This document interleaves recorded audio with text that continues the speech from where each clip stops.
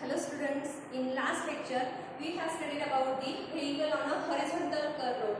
So in this topic we have studied the maximum safety speed for a vehicle if it is moving on a curve road. But if that curve road is only a horizontal curve road, then that maximum safety speed is given by the formula under root mu s into rg. So in this formula, that r, that is the radius of that horizontal curve road. Let us consider, we take this is a curve road, then this is the center of this curve path, this is the radius of that curve road. What is that g? G is the acceleration due to gravity, and this mu s, that is the coefficient of static friction. So what happened if our vehicle crosses this limit? This is called as the maximum safety speed, and if our vehicle crosses this limit, then the vehicle will be thrown out of the road. Okay, so in order to increase this value of v, we cannot increase this value of r and g, because that r, that is the radius of that curve road, remains constant. This value of g, acceleration due to gravity, that also remains constant. Then there is only one remedy. In order to increase this v, we have to increase this value of mu s. So what is that mu s?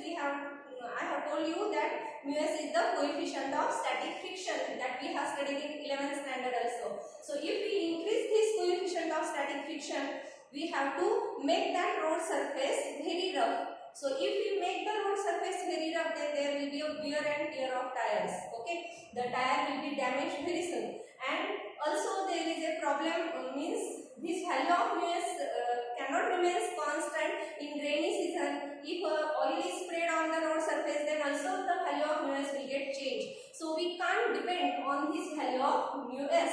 Okay, so we can't increase the value of this maximum safety speed beyond the particular limit. Then what is the remedy in order to increase this value of p? So there is only one remedy. We have to bank that road. Now what do you mean by banking of road? That is our new topic, that is banking of road. So let's see what is the banking of road.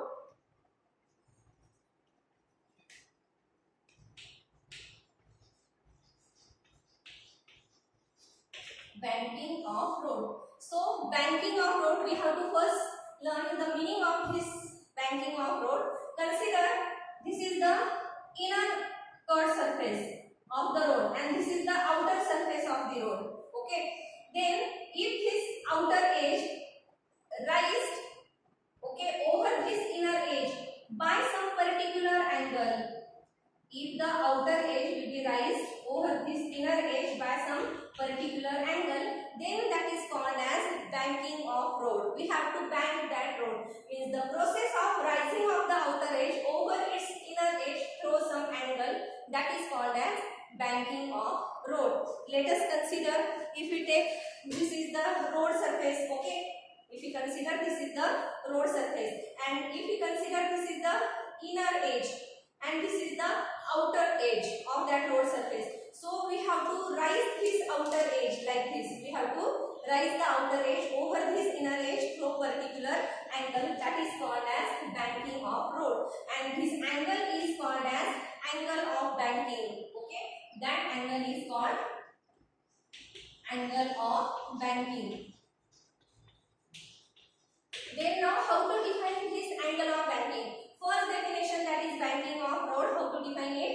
The process of rising of the outer edge of the road over its inner edge through particular angle, that is called as banking of road. And now what is the angle of banking? The angle between the road surface, it means the inclined road surface, and the horizontal road surface. The angle between these two road surfaces, that is called as angle of banking. Okay, so now in this topic we have to study the derivations, how to find out the most safe speed and how to find out this angle of banking. And for that we have to draw a vector diagram. Remember, in order to derive all these derivations in this lesson, in most of the derivation we have to draw the vector diagram, and if we draw that vector diagram very perfectly, then and then we can derive that derivations correctly. Okay, so let us draw the vector diagram first. So let us consider this is the horizontal surface of the road. This is the inclined surface of the road.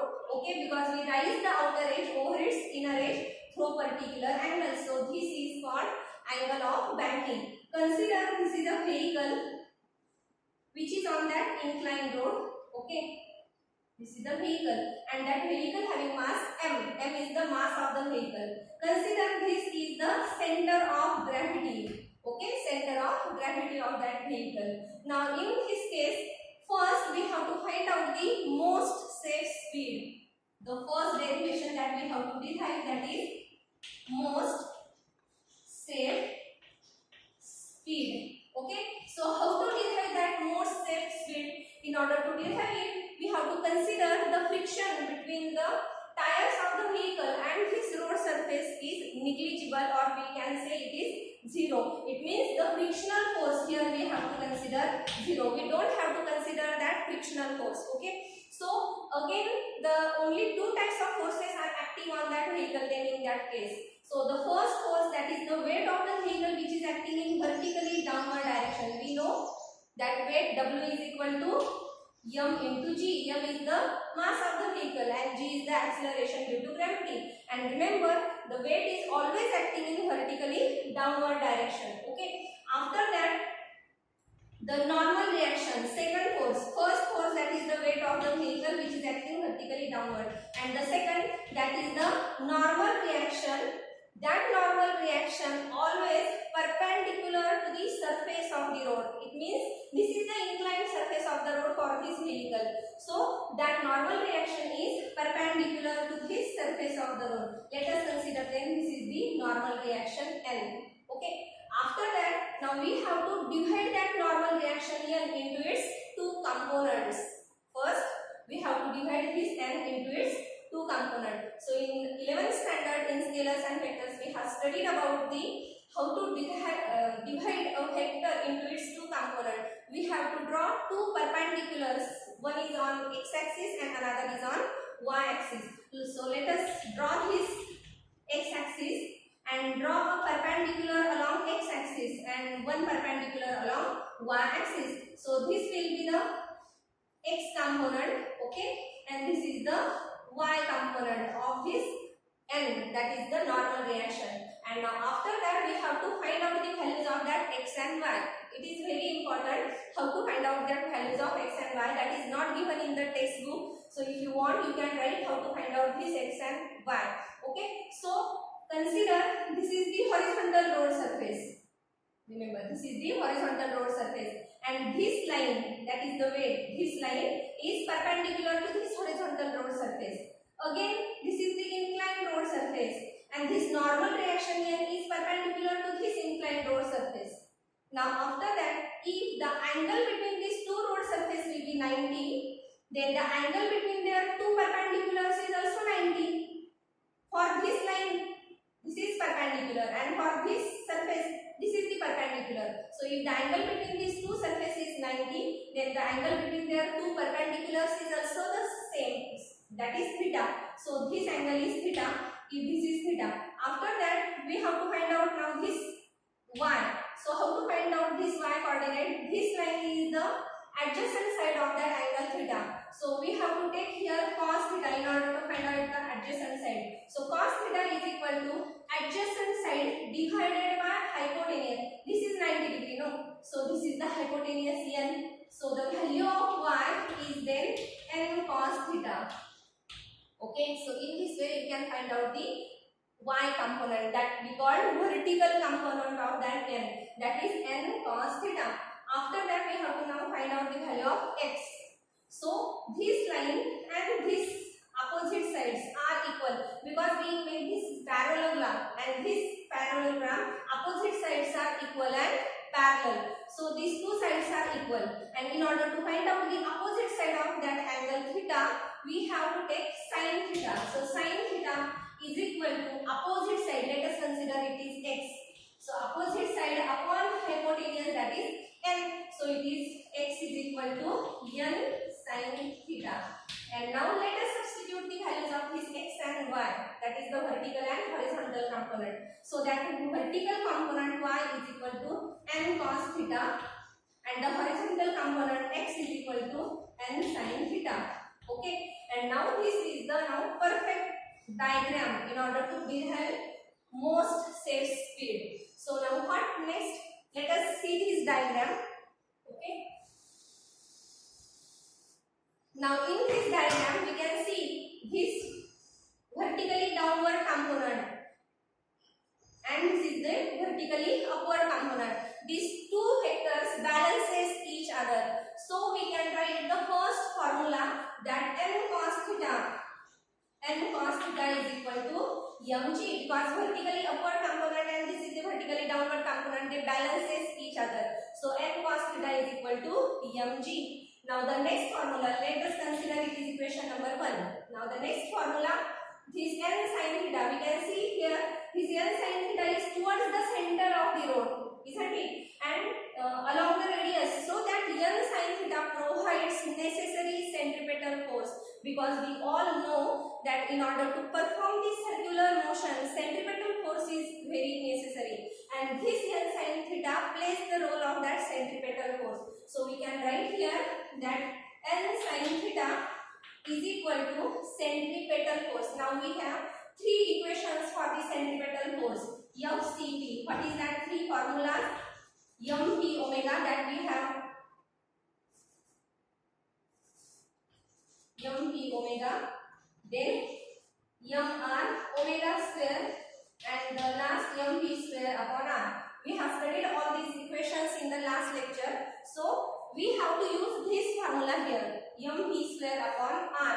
Let us substitute here mp square upon r. So let it is equation number 2.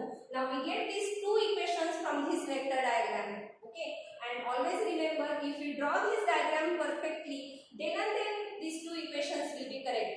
If diagram will be wrong, then these two equations will also get wrong. Okay, so n cos theta is equal to mg, and this n sin theta provides the necessary centripetal force, that is mv square upon r. Now what next? We have to divide equation 2 by equation 1. So we get here this n sin theta divided by n cos theta is equal to right hand side divided by right hand side. So mp square upon r divided by this mg, because we have to divide equation 2 by equation 1. Here m and m get cancelled, this n and n also get cancelled. Sin theta upon cos theta, that is tan theta. So tan theta is equal to v square and this r into that g, that is rg. Okay, and from this formula now we have to obtain the value of this most safe speed, that is v. So let's see how to obtain the value. So from this formula we get, take this rg on this side, so we get v square is equal to rg tan theta. Okay, and then in order to find the value of v, we have to take the square root of this equation, that is equal to under root rg tan theta, and this is the formula for most safe speed for a vehicle which is moving on a